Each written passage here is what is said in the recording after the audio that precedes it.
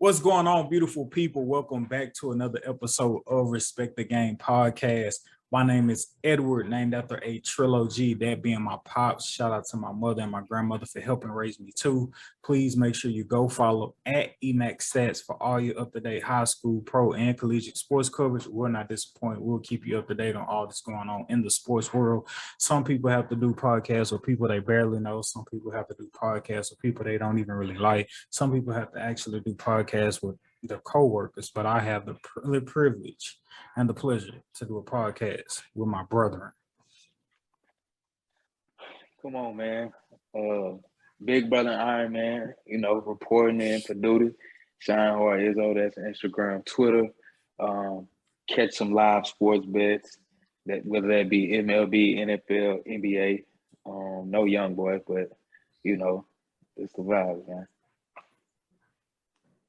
Yo, it is the one and only host with the most that blows the most smoke, Black Peace, the rap plug, the hip hop plug, the one and only host of Talkin Smoke podcast. You can find on Apple Podcasts, Spotify, anywhere you find your dope podcast from. That's where you can find your boy at. Let's go. Good afternoon, beautiful people. It is I, the one and only Sedacious Xavier Miles. And on behalf of me and my family, my brothers, I just want to say thank you so much for continuing to rock with us. Take it away, bro. Yeah, man. Coming in hot. Recently, Sunday, I want to say, a legend, a great, that being Bill Russell, passed away at the age of 88. I know death makes people somber and make you feel like you have to play the violin in the background and so on and so forth. But I won't even really try to talk about Bill Russell in a very somber mood or spirit. Obviously, in time, anybody, passes away, you kind of feel remorseful or hate it had to happen. But hey, if you're a believer, to be absent of the body, to be present with the Lord. 88 years he lived an illustrious life, a life very much so worth celebrating and not necessarily being too sad about. Obviously, prayers goes out to the family as they mourn. We ask that over time, God gives them peace and healing from Bill Russell passing away, from all his family, friends, and loved ones. But man, I think personally for me, all right, you think about Bill Russell, 8 straight NBA titles, 11 overall. The NBA Finals MVP award is named after him. Then you go to, he's a 2-time All-American. He won back-to-back national championships. He was a first NBA head coach. When you look at the stats, right, y'all ever pay attention to the scoring list stats, 20,000, so on and so forth, from LeBron is moving over and Kobe's moving over, Carmelo, KD. And when you see 20,000, you just automatically assume like, oh, that's the points category, or somebody has 20+ thousand career points. But for Bill Russell, he had 21,620 career rebounds. And I don't think that's a small feat in any way. Before Jordan came along, Bill Russell was kind of sought out to be that face of the league, to be revered as the greatest player to ever play in the NBA at the time. And Kobe Bryant had this quote. I think it's a very slept on quote from Kobe Bryant. Everybody looks at this game and you had this quote or this story. But the quote that I is always on my mind as it relates to Kobe Bryant is he has a quote where he basically says, if basketball is the greatest thing that I have done, then I have failed. And that's a very, very deep quote when you think about how dedicated and devoted Kobe Bryant was to the game of basketball. But I think that was just Kobe Bryant understanding that though he dedicated his life to the game of basketball, his life and his purpose and his mission upon earth was far greater than the game of basketball. And so I brought up that quote to say that Bill Russell is someone whose life, his mission, his purpose far exceeded what he did on the basketball court, being a man who was presented with the Medal of Freedom by Barack Obama, just paying homage to him and all of his civil rights activism, leading the troops of the Summit of '67. And and people talk about like the Twitter hate that players get, and the mental health, and they're saying this on Twitter. These kids are young and they're feeding into it. How are they going to go out there and perform, and so on and so forth. Upon his passing and just reading up on him some more, I don't know if y'all came across the story where being in Boston, which is known to be by far one of the most racist cities to ever for any sport, one of the most racist sports cities, not to mention probably just racist cities in like the U.S. in general. But Bill Russell being somebody, he's the home team. He's playing for y'all. He's brought y'all 8 straight championships, 11 overall, but still, still in that, in that era where the racism was still high, and, and segregation was still high. Road game, never mind what was already probably being said to him in arenas, whether he was on the road or at home, but on road games, people would break into dude's house, tear up all his house, his shrine, his NBA championships, his rings, write all types of racial slurs all on the wall, spray painted. Even it was one story was reported by, I want to say his daughter or someone, would take shits, sorry for the vulgar language, but literally defecate in his bed while he wasn't there, and like just completely like vandalizing his bed. And for him to go through all of that, no Twitter, no so on and so forth. There's nobody out here trying to represent and chant Black Lives Matter and all of that, and to still be able to. We praise LeBron for how much he gets and still going out to perform. I think it's nowhere near comes close compared to what Bill Russell had to go through. But again, like what he did on the court, far, far, far. I think it doesn't even come close to what he represented in the charge and the lead he took to, be a voice for the racism that was out there against blacks in general, as well as black athletes, man. So legends never die. Triple salute to Bill Russell. As I always say, when we have to talk about death on the podcast, there's 2 deaths you truly get. One, when you have to leave this earth, and 2, when your name is said for the very last time on this earth. And I think it's safe to say that until Jesus comes back, Bill Russell's name will forever be said upon this earth. Right on. So, man, we got so much great content to talk about. But now, what we will start with, man. So snitching, all right, snitching. I asked y'all, yo, this is a scenario. I'm doing life plus a 20 bar. Life, I gotta die. Then I still gotta do 20 after that in the afterlife. Right. Is it okay for me to tie a homie's name to a murder who's already dead, in the effort for me to get my sentence reduced so I can go home after already serving 25 plus years? Is it okay for you to cooperate with the police, give them a friend's name and a murder charge, or an unsolved murder investigation, so that you can reduce time off your sentence and you can come home? Is that snitching? Is that breaking the code? Is that breaking the street code? I think I wasn't up on this. Isaac put me up on game, but this is actually a form of practice within the streets of Chicago. And I'll just say that and let Sean Hart Izzo take it away on his perspective of it. Yeah, it was an interesting interview that was had by Vlad and Boosie, as they have continuously done over the past year now. They really need a docu-series or Boosie and Vlad. But anyway, one of his more recent interviews, he was talking about Gangsta, who was a New Orleans street dude, part of the Hot Boys back in the early days. And he was just more so kind of detailing the account of him getting released early due to him pinning a murder on somebody who was dead already. And Boosie was real adamant that, that was still snitching, and, dudes in Angola, they got their head down, due to him, conducting himself in that way. But, who's to say, like, I'm not hurting anybody. Me saying, my partner name or dude I used to run with that's dead, me saying his name, shit, if the shoe was on the other foot and he was away from his family, yeah, bro, use my name. And that's how I'm thinking about it, right? You're not putting anybody at risk.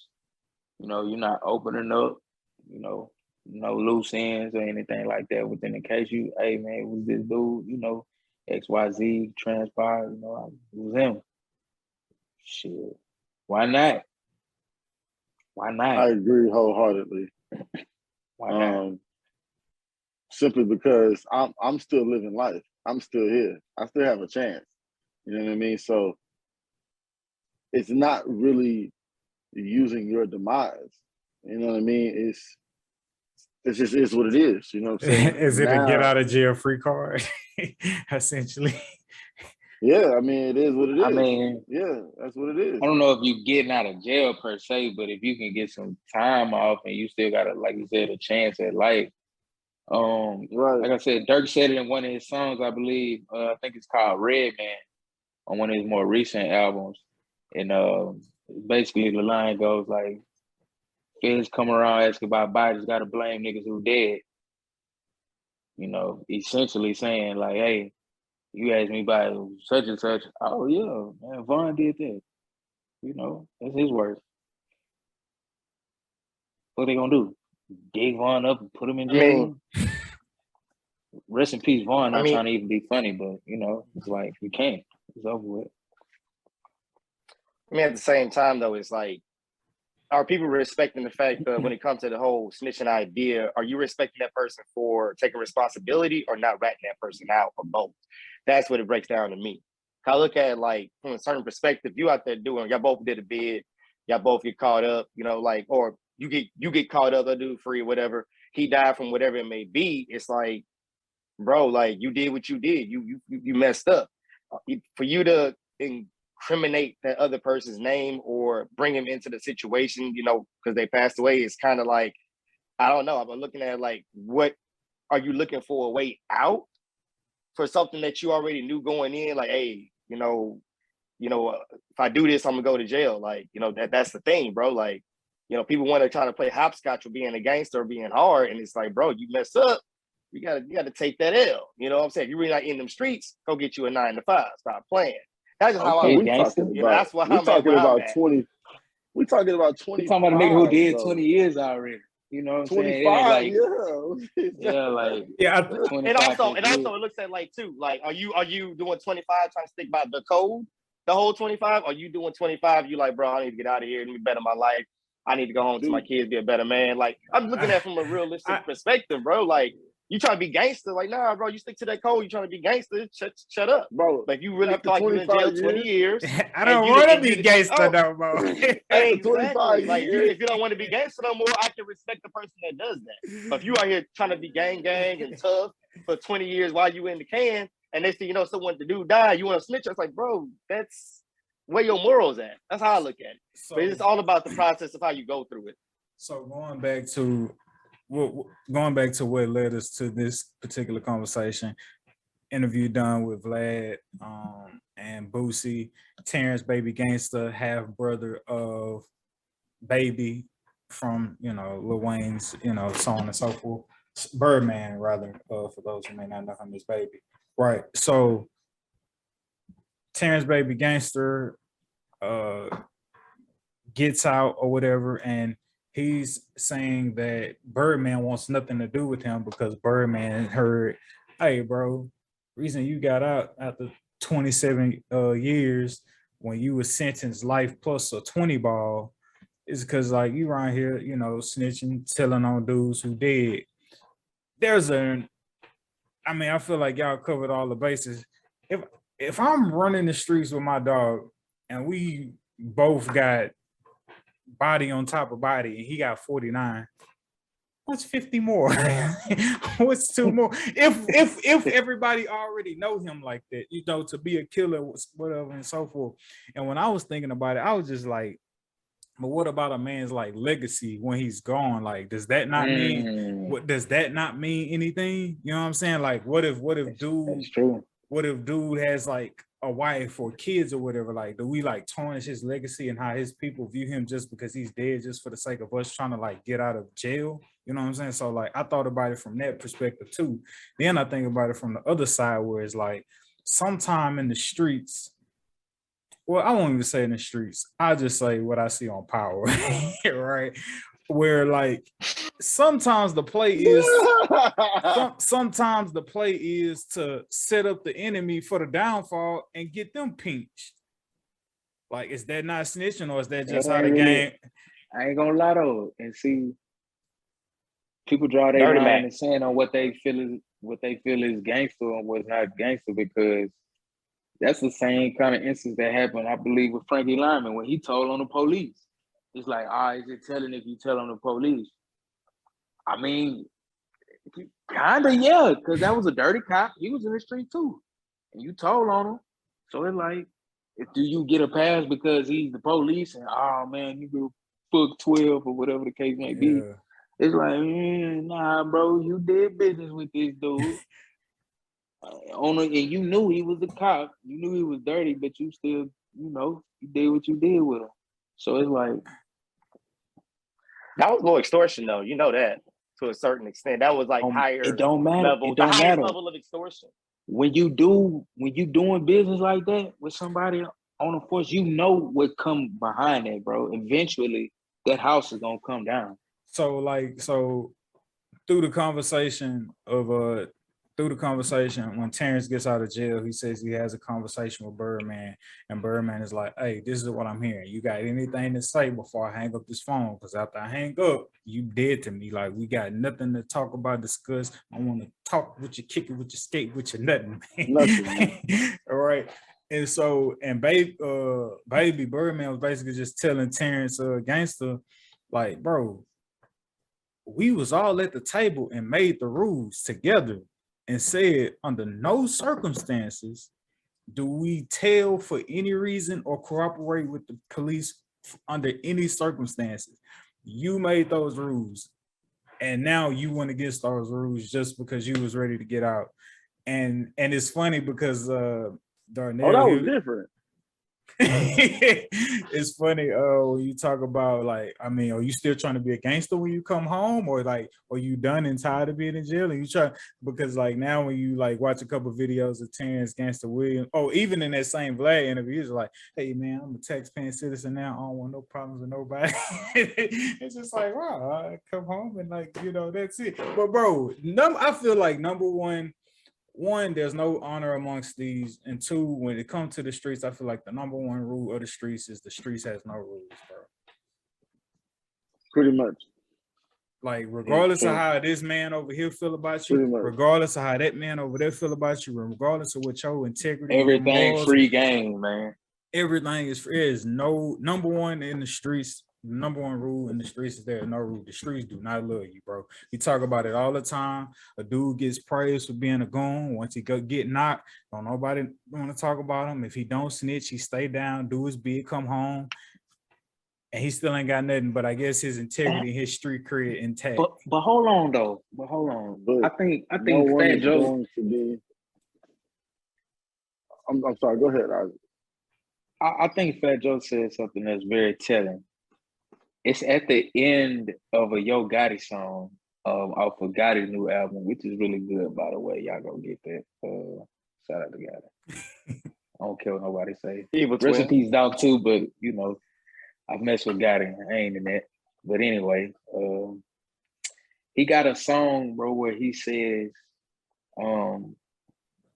he basically is talking about, when people live their life, I lost my train of thought, man. I'll come back. Leave, man. And ladies and gentlemen, I ain't even gonna say it. Stay Oh, Off the weed. I was gonna I was gonna say no to drugs. But Stay off nah, the weed. if it It's comes really back because if I'm really being honest, ladies come interrupting me. to Threw me off a little bit. if there's nothing else, if it comes back to you, Izzo, feel free to chime in and throw it in there. But speaking of songs, hopefully, bro, I wanted to say with the Birdman situation, oh, go ahead.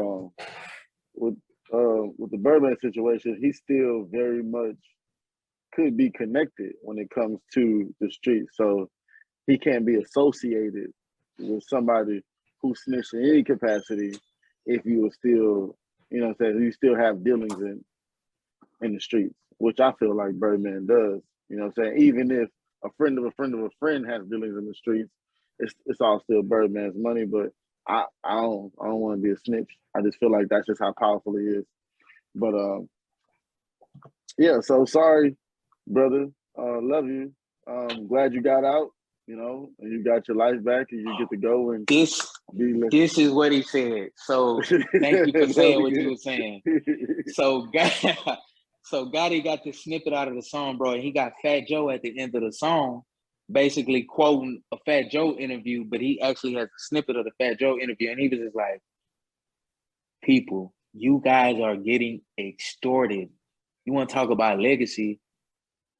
You did a crime or you did whatever you did. You did the time. You didn't tell on nobody. Praise God. Hallelujah. You did what you were supposed to do. You guys aren't doing anything special. You guys are getting extorted. Not me. And he said, and he just goes on to say, like, man, yeah, basically you want me to applaud a fish for swimming. No, you did some gangster shit. You shut your mouth and you did your time. Bro, we not finna applaud you and throw you a part. You know what I'm saying? Like, what? You not a legend because of that? Bro, if you want to be real, come on. Now, you stand on that business and you did some stuff before you went through, that's totally different. You had status, you was, whether that you was, a stand-up guy in the community, you was, philanthropic work, you just was a real stand-up dude, you did what you did, you was known for certain things. Get it, cool, you got a legacy, but you not telling on nobody? All right, bro. That's what you signed. You said that's what you signed up for. You said that's what that was what the code you was going to uphold yourself to. Man, come on, bro. Well, they gave R. Kelly 30 years, bro. I'm still stuck on that. Ain't gonna lie, that's a guilty man, bro. You gotta take that on the face. But I love Predator. To tie it up, I love the rap law with Fat Joe, arguably one of the greatest acronyms of all time. That I don't think nobody ever truly pays. And it's a song by Pusha T. Sorry, nigga, I'm trying to come home. Damn. That's it. I'm sorry, bro. I'm Snitch. Sorry, nigga, I'm trying to come home. Bro, 20, 25. See, the thing is, Darnell, I feel you, bro. You are right in your element where you need to be. Except if a nigga done did 25, bro. If a nigga done did 25, bro, I'm telling you, Darnell, you ain't gotta. There's no question of if he on the gangster shit no more. It's like, no, hell no. Asterisk. Go ahead, do your little bit of snitching, get home, and tuck it. That's it. We don't want to hear from you no more. Like, go find a job. You know what I'm saying? Don't try to. You're not gonna be able to go to the trap after that. See, the thing is, with that little bit of information given, and I think that's what scares a lot of the gangsters. How far can that rabbit hole go? Exactly, and I think that's what they're doing. That's what they're so afraid. Like, oh, so when you telling this story, bro, how you telling? Let's go get the sister. Telling how it happened. So I ain't gonna lie. respectfully, and I know That's the thing. It's like there is no way out of snitching. You leaving too many breadcrumbs because it's like, well, if he did this, then that means such and such was. You just opened Pandora's box. So I get what Birdman's saying. You just heated up some cold cases, possibly. Stay out of the streets, guys. If you're Yeah, not, man, if you have a way to avoid it, stay out of it. They made the sidewalk for a reason. But now, moving on. So we've I'm assuming y'all watched the Will Smith apology. Watch that horse shit. Darnell, right before August. Darnell, you're hot. It's on you, Darnell. Yeah, what you think about what Will Smith was kicking, man? I felt like he did everything in his ability. He timed it out. He didn't want to wait too long. He obviously didn't want to wait till August got here. But to get back, I feel like You're horrible.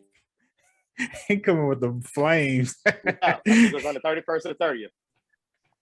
But no, the thing is, man, like it was a good apology. I felt like he did what he's supposed to do. It's just the world ain't trying to hear it, bro. It's just sometimes you mess up and nobody wants to hear it. And you may have done all the correct steps, but bruh, you messed up royally. He called himself out on the appropriate things. I felt like, you know, he kind of may have, flirted with the truth and lies when it came down to why he did it. At the end of the day, he apologized. You know, but I don't want to hear that. Do you think the apology was genuine, or whatever he was doing on camera, the intention of whatever it was on camera was genuine? Absolutely. I think it was genuine. He even called himself out of saying he was still messed up the day of why he didn't apologize.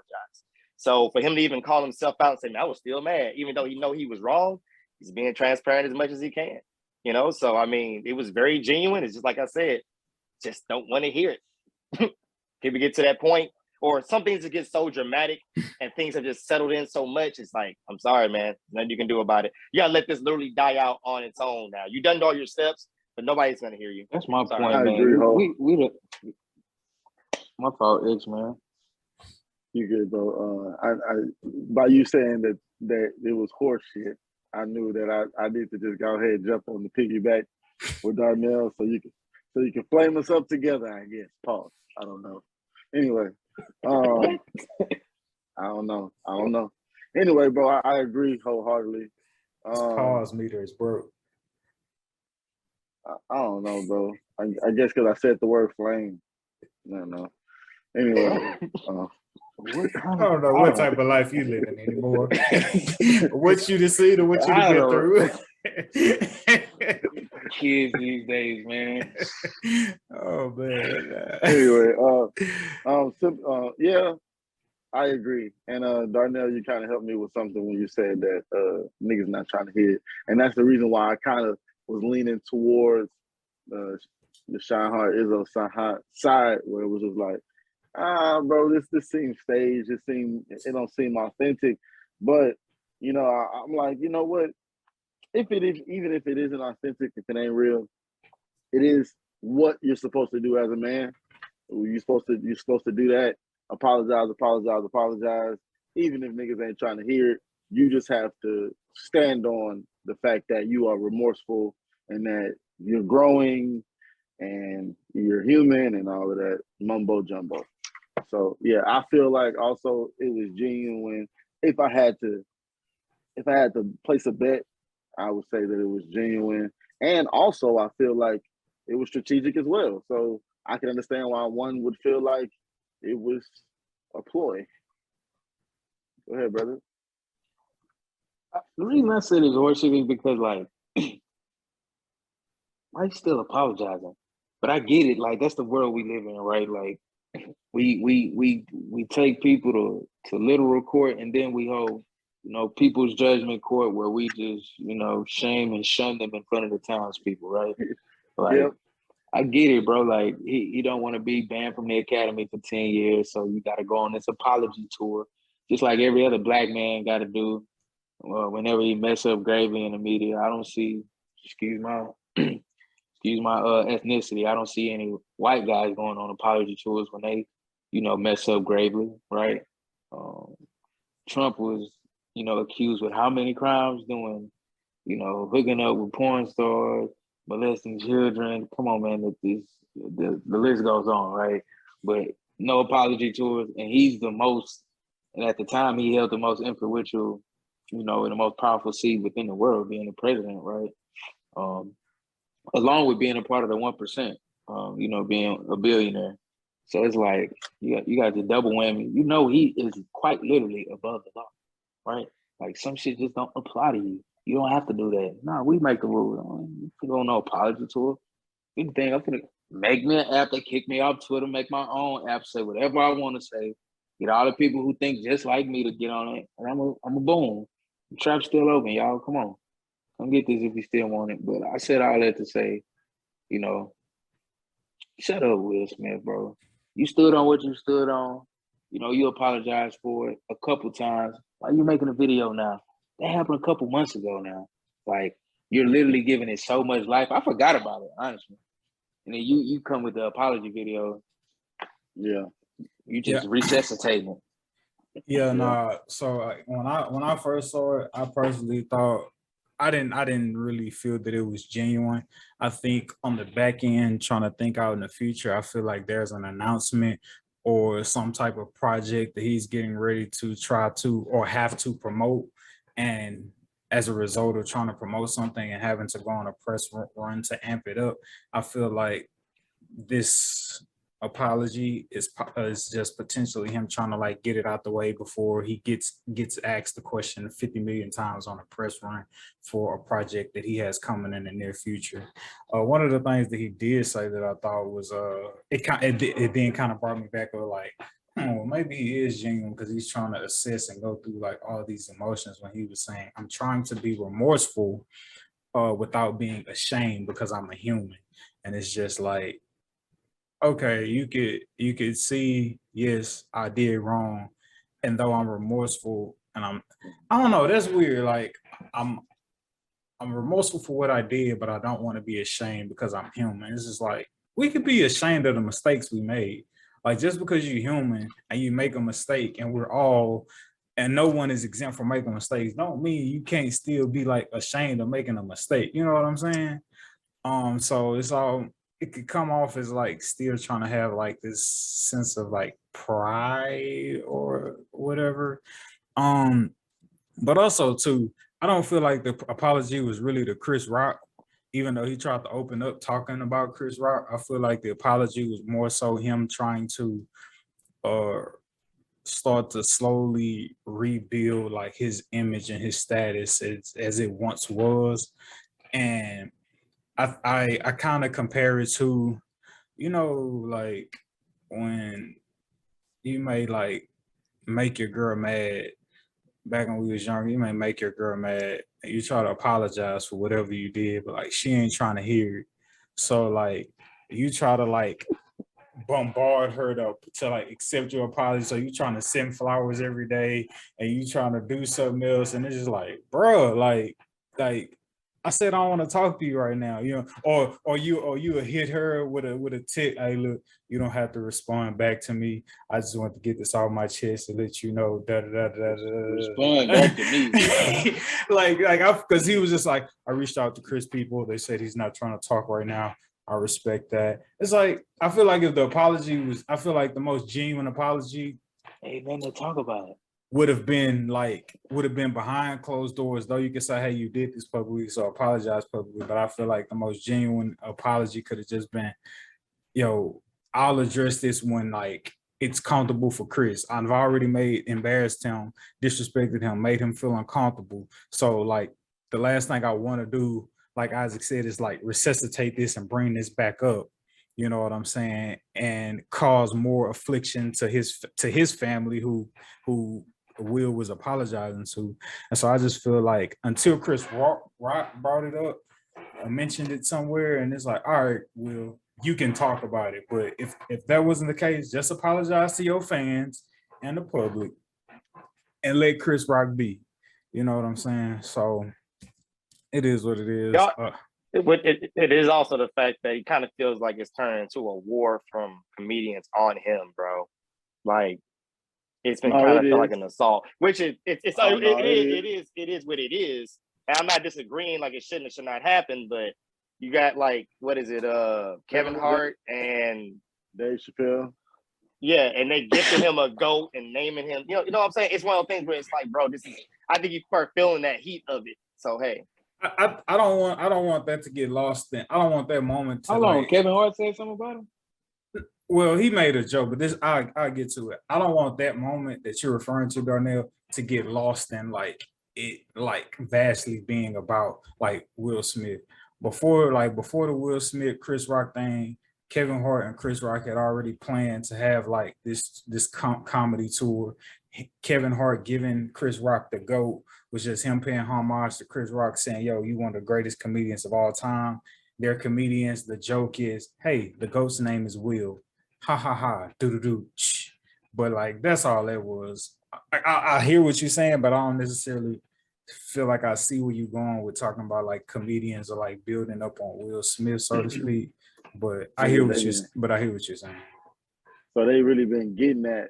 They've been getting that Will Smith since the Oscars was it thought. Yeah, I wish he would have hit me. I would have done this. I would have done that. It's every other month, bro. Or everybody's saying that. Well, that. I feel like it was that. But it's well, you got Dave Chappelle, Kevin Hart. Dave Chappelle has only showed up on the tour one time, just so like, look, let's not make it seem like this is a comedic tour to like slander Will Smith.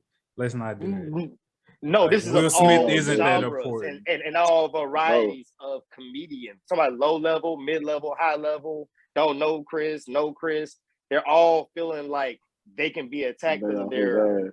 You know, this is what I do. I do comedy, and they say, you know what? Which person like would try to come up here and attack me? I would have. Yeah, but if you follow comedians, you know, I mean, like I do. Not to say that I have the blueprint to like what comedians go through, but Chris Rock ain't the first person to crack the joke and like some heckler walked up on stage and hit them before. Chris Rock ain't the first person for that to happen to. Granted, the stage and who it is, yeah, I get that, but like, yeah, But what did Chris Rock think he was walking up to do? Talk it out as men. That's an angry walk. If anything, I'm meeting him at the summit. They teach you that in the football. Like, come on, man. Hey, back up. I ain't even doing that. I'm really about to, I'm cocked and loaded. And, like, come on, bro. Yeah. Will also did acknowledge that in his apology that sorry isn't sufficient. And it's not. And like I don't think it's nothing bro, that's what I'm saying. Bro, it's nothing you can do. Just let it go. Like, you know what I'm saying? The best thing we can do is give it time and let that be like, you remember Will Smith slapped Chris Rock at us? Like you steady picking at a scab. Be one of them moments. Yeah, a scab is almost healed and you keep picking at it for it to start back bleeding. Like let it go, bro. I think like I look at it like a manager who's at Burger King who's doing a hell of a job managing this busy Burger King, and one guy who has an issue with his order just walks behind the counter and just smacks the shit out the manager because his burger got messed up. It's like, damn, bro, like, which has happened. I'm doing my job, bro. Like, you said I'm supposed to have it my way. Which has happened. And busy. I see why he slapped him. Because y'all not busy. So why you get it wrong? I mean, I feel like Chris did the best thing you could do as the manager running the restaurant at that time, and a customer coming behind the counter smacking. You know what I'm saying? You just gotta. It's either brawl out right then and there, or be professional and do your job. And call the police, do an incident report. You know, get a lawsuit going. All these different things. So since that's the thing, all the comedians are like, well, damn, like niggas can just come and smack us because we doing such a great job at our job. And it's like, no, we on this nigga ass. Like, we don't care if you Will Smith or not. And for some reason, bro, I have been cussing up a storm this episode. And also, too, though, you gotta look at it like, how would the record have been? Will Smith came up, slapped him, and walked away, and never really gave no genuine apology. Boom.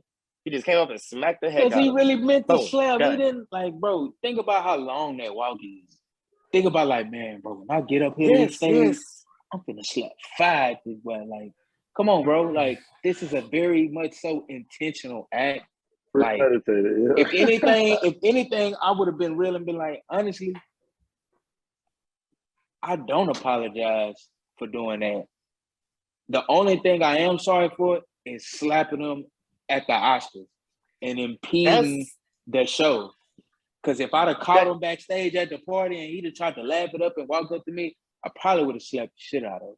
My fault. So we're going to bleep that out. But seriously, though, like, come on. Kind of didn't. You kind of did, but kind of didn't. Nah, I think that's bro, what everyone was caught up on.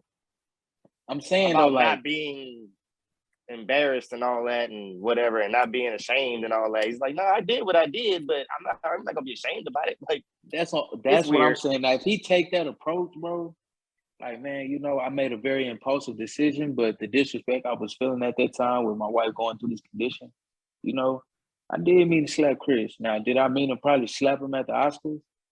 No, but if I caught him outside anywhere else, it's up.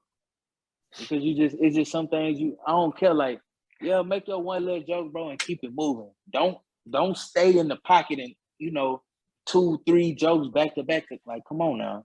It wasn't just one joke. He kind of came and started elaborating on it and got to kind of digging into it. Like, all right, Chris, it's all fun and games.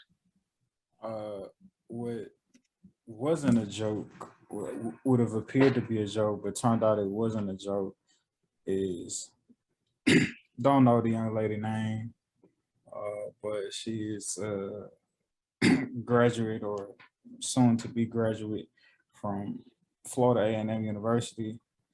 And you know,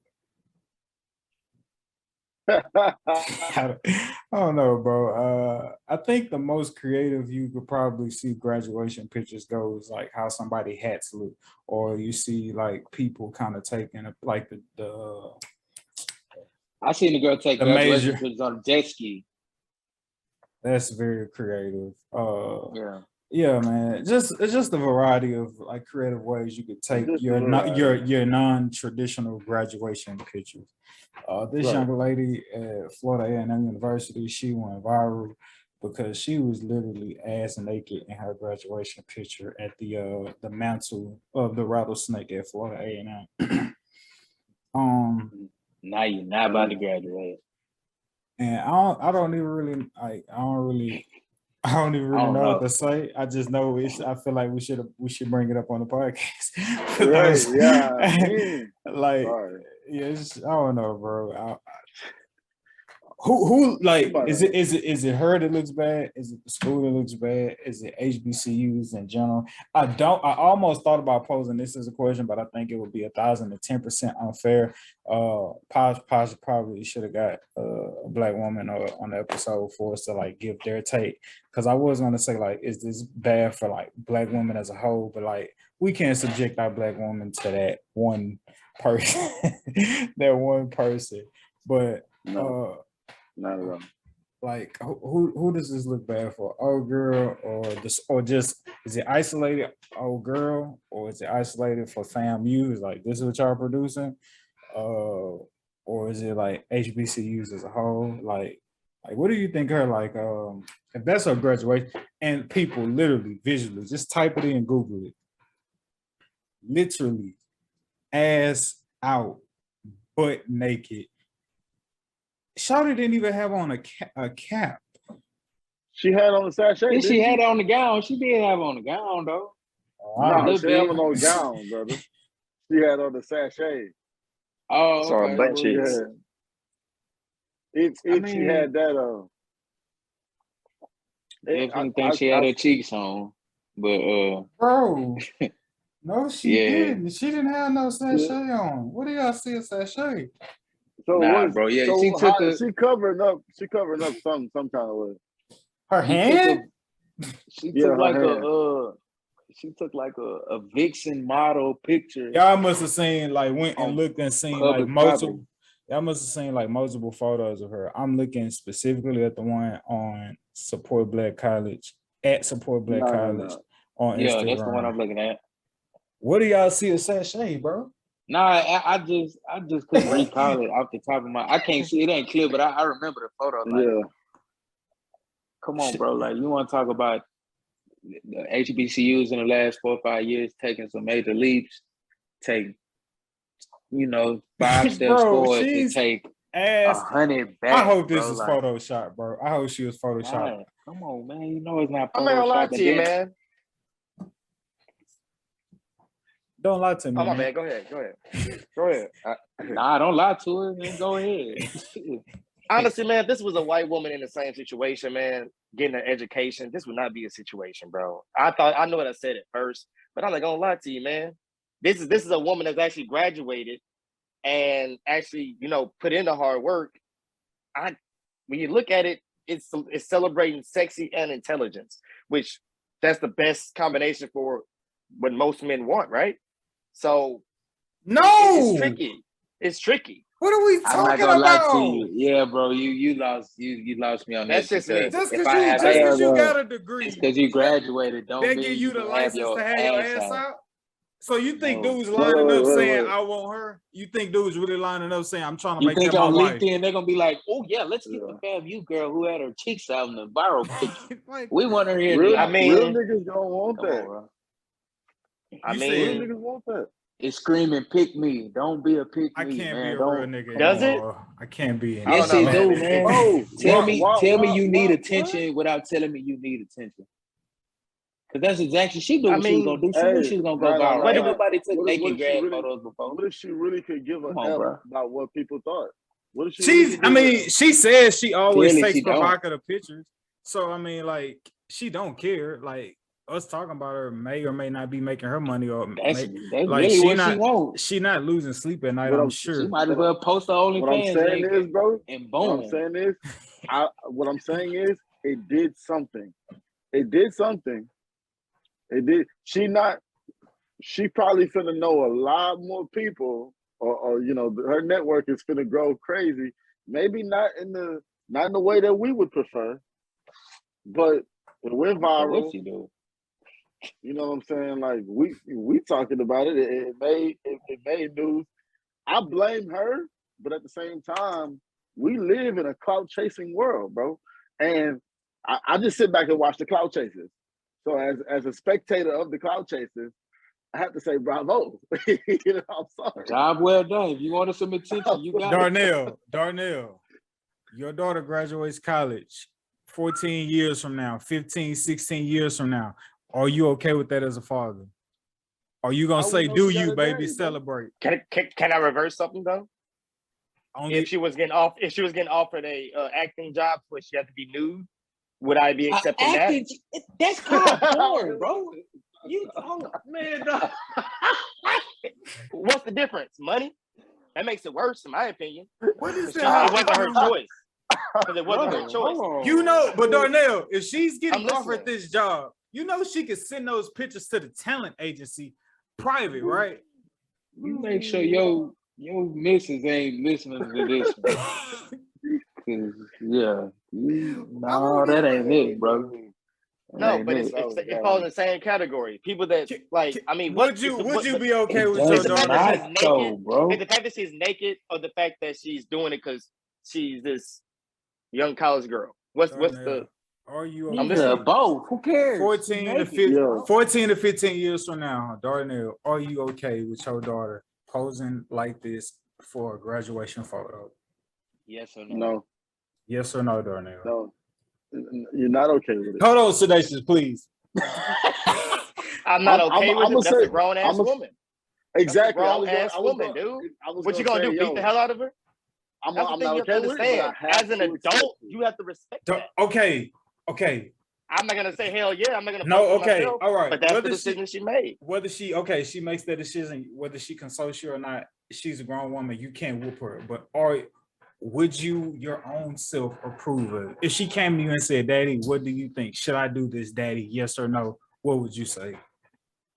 I'm gonna say no to it. Me personally. Thank you. Sedacious, you have I'm gonna say no. okay, thank y'all, bro. Like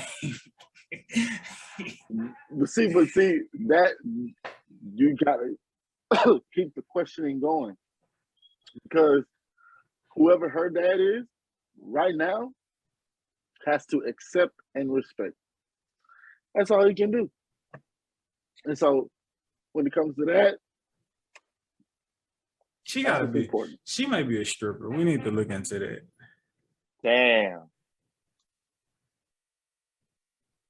That's Yeah. interesting. That's not the worst thing you can be called in the world today. What a time to be alive. Yeah. Oh, what a time. Yeah, man. I gotta do so. I just want to follow her to see how her life turns out, like 5 to 6 years from now, and see what other viral photos she posts. Like once this dies down, if she can't capitalize off of it. What did Darnell say? I forgot what you said there. I mean, bro, like, is she getting paid for it? Like, is it like nude acting? I'm not saying that's not what I'm God. saying. That's not what I'm saying. We got the tape, brother. You can just no. You're not gonna talk over me. That's the thing. Thing is, it's about. See, we heard you. Stop with the murmuring. Anyways, thing about it is, it's about like how you put like certain celebrities and whatever. Oh, you seen their ass and titties. You gonna shame them? You're gonna shame those people. No, you're not gonna blink twice about it. Because at the end of the day, it's a profession. It's this and that. It's all about it's all about the taste of it and how you look at it. She was looking at it from a point of view of tastefulness. It wasn't looking at the point of view of just like straight. Okay, that's how you took it in your vision. I have another question. If this photo was sent to you, with no caption, with anything about that photo to you, say graduate.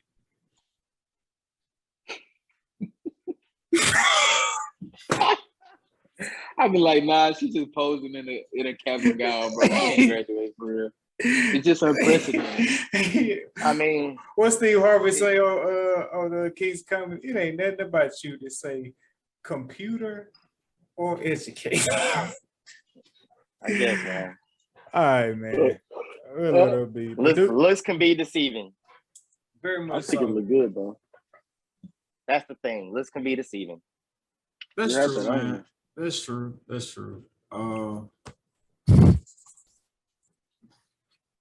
Speaking of looks can be deceiving, got about like 20 minutes. Two prominent black quarterbacks in the NFL.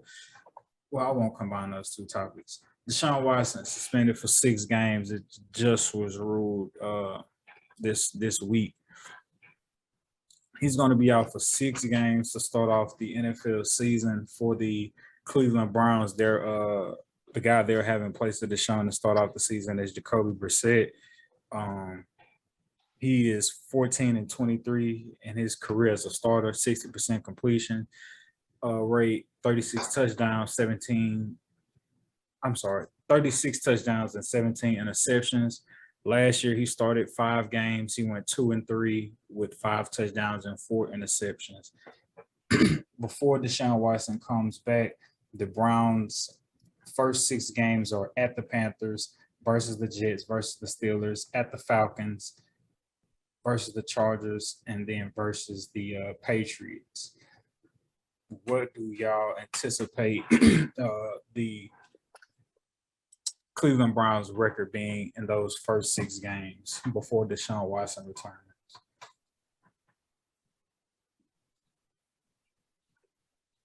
I say 2-4. Can you repeat the names again? At the Panthers versus the Jets versus the Steelers, at the Falcons versus the Chargers versus the Patriots. I mean, I potentially see 4-2, maybe even 5-1. I don't see them losing to the Panthers. I don't see them losing to. I just got the Falcons a new look. So I got them losing to the Steelers and the Chargers for sure. I'm not sold on the Steelers at quarterback now that they got Mitchell Trubisky starting. I'm sorry. That's fair. I say they lose. I expect them to go maybe 500 though. Steelers, and they lose against the Chargers. So I guess 3-3 now.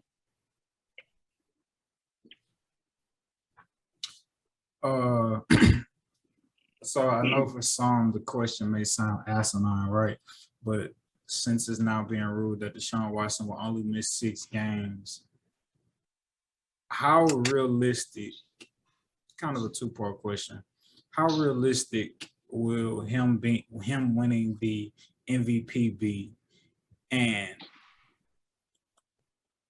however you feel about that, whatever your answer is to that in terms of how realistic is it for him to win MVP, do you think what will be hard for him to overcome most is not having 6 games under his belt as all the other MVP candidates will, or is it just that media perception considering him coming off the 24 lawsuits of alleged sexual misconduct? No, I think simply because he won't have enough production to put up against the campaign of everybody else.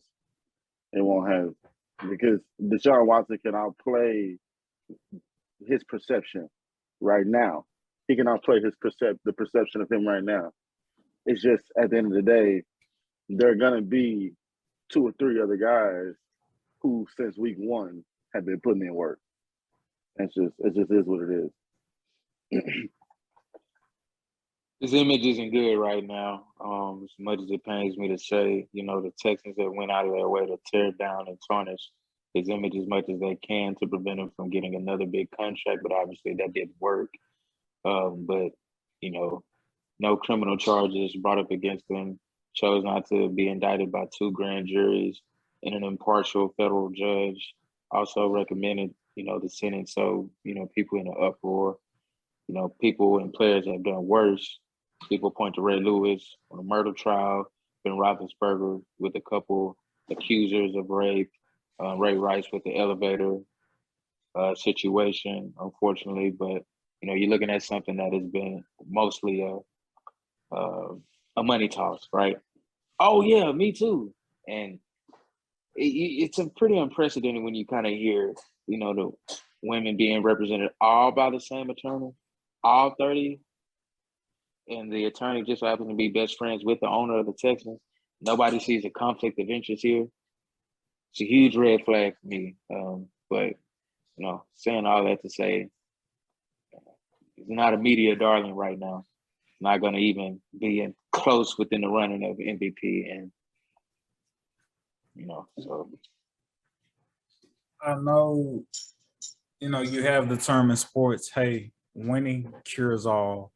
And saying that, yes, with the sensitivity to those involved with the Deshaun Watson lawsuits, but can he, let's say, okay, he don't get MVP, but those 6 games he come out, he got to go up against Lamar, he got to go up against the Bengals, then they got to bye. And what if he just take off and he just has it? Can Deshaun Watson have a campaign well enough this season that makes everybody kind of be like, we're over and done with it. It is what it is. That's my quarterback. I believe so. I believe he's going to perform physically, but he's not going to be accolade worthy because he's not going to play enough games, and people will point to that. And then, quite frankly, it's some people who won't ever let it go because, as a Black man, especially a Black athlete, the weight of the world is quite literally on your shoulders. So, what your counterpart of more fair skin complexion may have to deal with as far as scrutiny, because I don't see people up in an uproar with Robert Kraft soliciting prostitutes, right? I guess as long as you pay for it, it's cool.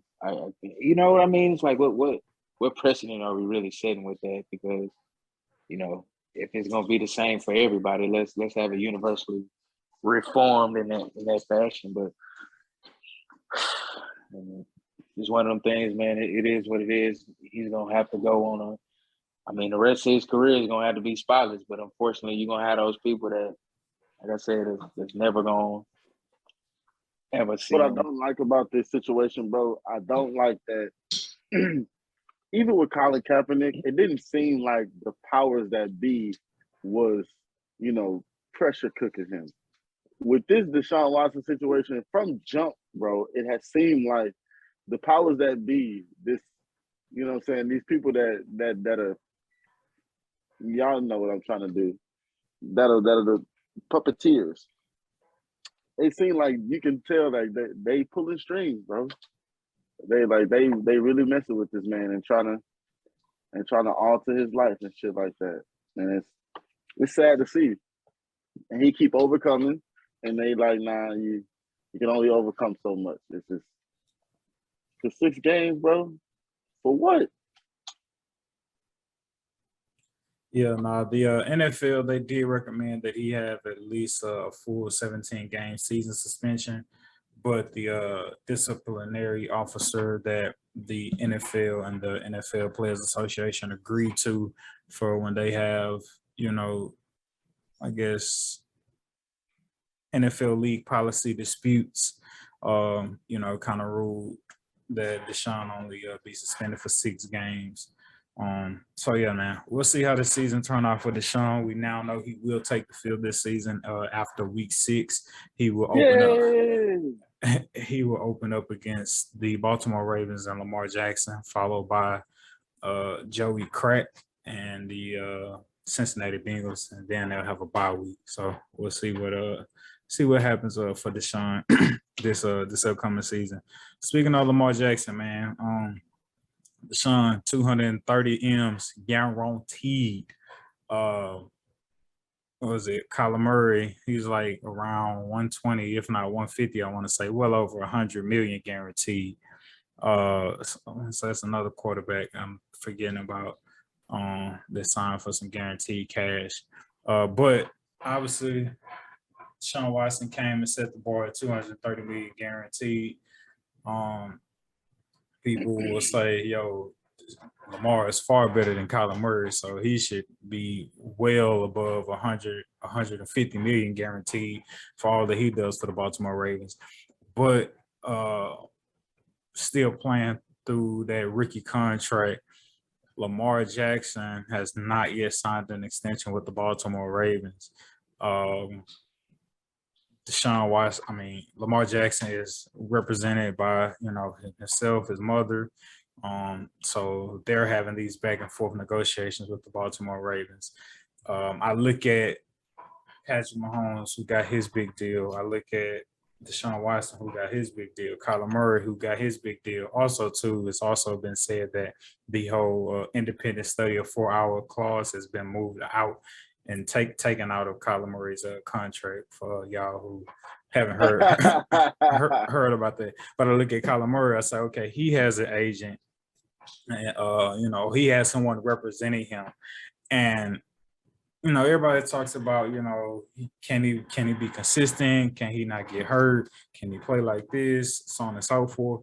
And I'm just curious as to know. I wonder how much it has to do in terms of like Lamar not having yet signed a contract, has to do with just the fact that they may not have enough experience on his side in terms of, just having an agent there to represent him. You know what I'm saying? Coming into the game, I believe it was his mama. I'm not sure how much meat and potato goes into those rookie deals when they're, for the most part, depending on like where you're drafted at in terms of like the round, like the contract is pretty stationary, or pretty already like set in place. But now you're talking about, now you're you've a proven MVP.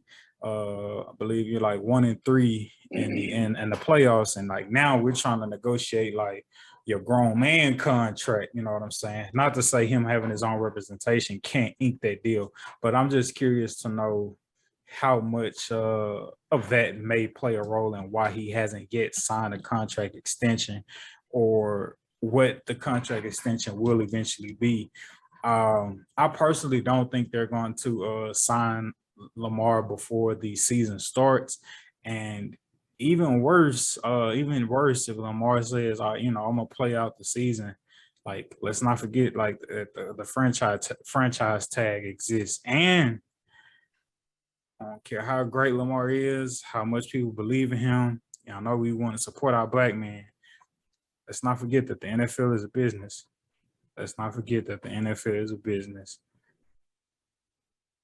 But how do y'all see Lamar's contract negotiations playing out? I think they signed him because you can't do better than Lamar Jackson right now. And then you'd be stupid to whisk him away off to somewhere where somebody is going to give him the guaranteed money and at least give them potential, give them a shot. So I think it's smart that Lamar Jackson has his mom and his affairs simply because if she's good at the job and it works with them and you can keep it in the family, I would always take that if it's conducive. If my mom is doing what I need her to do, if she's handling what I need her to handle, if she's holding me accountable, so on and so forth, then yeah, versus me outsourcing and hiring someone else. So that's that. So I really love that. But yeah, no, they're gonna get it done. It's just with Lamar Jackson, it's like, bro, we got to look at the numbers, against compared to the number that you're asking for. You know what I'm saying? Do you have the numbers to support the number that you are asking us for? And that. What do you feel like? What do you feel like he's worth? Do you give Lamar $100 million guaranteed? Somewhere around there. Somewhere around there, not above, but it's like me personally. If I'm a GM, but I know Lamar's not gonna, with his youth and his ability and his God-given talent, he's not going to allow me to pay him anything less than, what I'm saying, like I guess typical blue book value, if there was one. So if you can't give me what the Aaron Rodgers, Patrick Mahomes, Deshaun Watsons give me, then why am I, why would you be asking for that money from me? Is my thing. Who is better? And that was my thing with Dak. Go ahead. I'm sorry. Who is better than y'all, Deshaun or Lamar? Deshaun Watson. Right. So in these negotiations, sometimes you have your agent there to kind of, to a degree, cushion the blow, right? Whereas they're talking on your behalf. So they're talking to the general manager saying, hey, we want this. And he's like, bro, we're not giving y'all that. But the agent comes back to you and just say, hey, working it out. We may or may not be making progress, but things are looking good. Cushion the blow, whatever. Exactly. If Lamar, and company is having these conversations directly with the Ravens GM, and he's like, yo, I want more than what Deshaun got, they gotta flat out be like, bro, you're not as good as Deshaun Watson, bro. We're not giving you $230 million guarantee. How you think it's gonna make his mama feel? If you say it to his mama, like, come on, bro. You put your mom here to represent you. This is who you chose. And so we're gonna tell her, baby, because now we gotta tell mom and we have to tell agent, baby, your son ain't, you know what I'm saying? So, hey, these are his numbers. This is the number that we feel like that we can do. And she could counter with, well, he's only going to get better. And, you know what I'm saying, we're giving you guys, you know what I'm saying, right before his prime, this is what we're giving you. We're giving you the 5 or 6 years before he even get into his prime. And we might be asking for more of this when later on. So they think about that. Oh, well, okay, yeah, I guess that is valuable as well. We'll put another 30,000 on it, 40,000 on it. I don't know, man. I don't think the Ravens gonna sign him before this season. I think they're gonna make him play out his last year. And Man, they franchise I don't think franchise tag him. I don't think they really want to pay him. I don't think they really want to pay him, bro. Yeah, if they franchise tag him, bro, I'm looking for this to get messy. If they franchise tag Lamar Jackson, I'm looking for this. What we've been talking about on this podcast is gonna come to fruition where we like, see, because you can't throw that pigskin. Do Now they you or do they not pay him before the season in hopes, because this is a business, you want to try to get the most bang for your buck without having to pay the most. So it's like, yo, can we really get or milk out a great year of Lamar Jackson and not have to extend him? Or can Lamar, to a degree, like have a rough year and we use that for our leverage, be like, hey, bro, you ain't really produce like that, like, you know, like, yeah, so I don't know, man. yeah. Because we was on to something when we first started talking about Lamar Jackson. So it's like now what was it? What was it? Darnell giving him 2 or 3 years? You know what I'm saying? That's what he is. That's what he is right now. I would say this would be year 2. You know what I mean? And yeah, I'll franchise tag him year 2. Year 3, okay, well, we talked about extension. The numbers that you presented last year have diminished a little bit.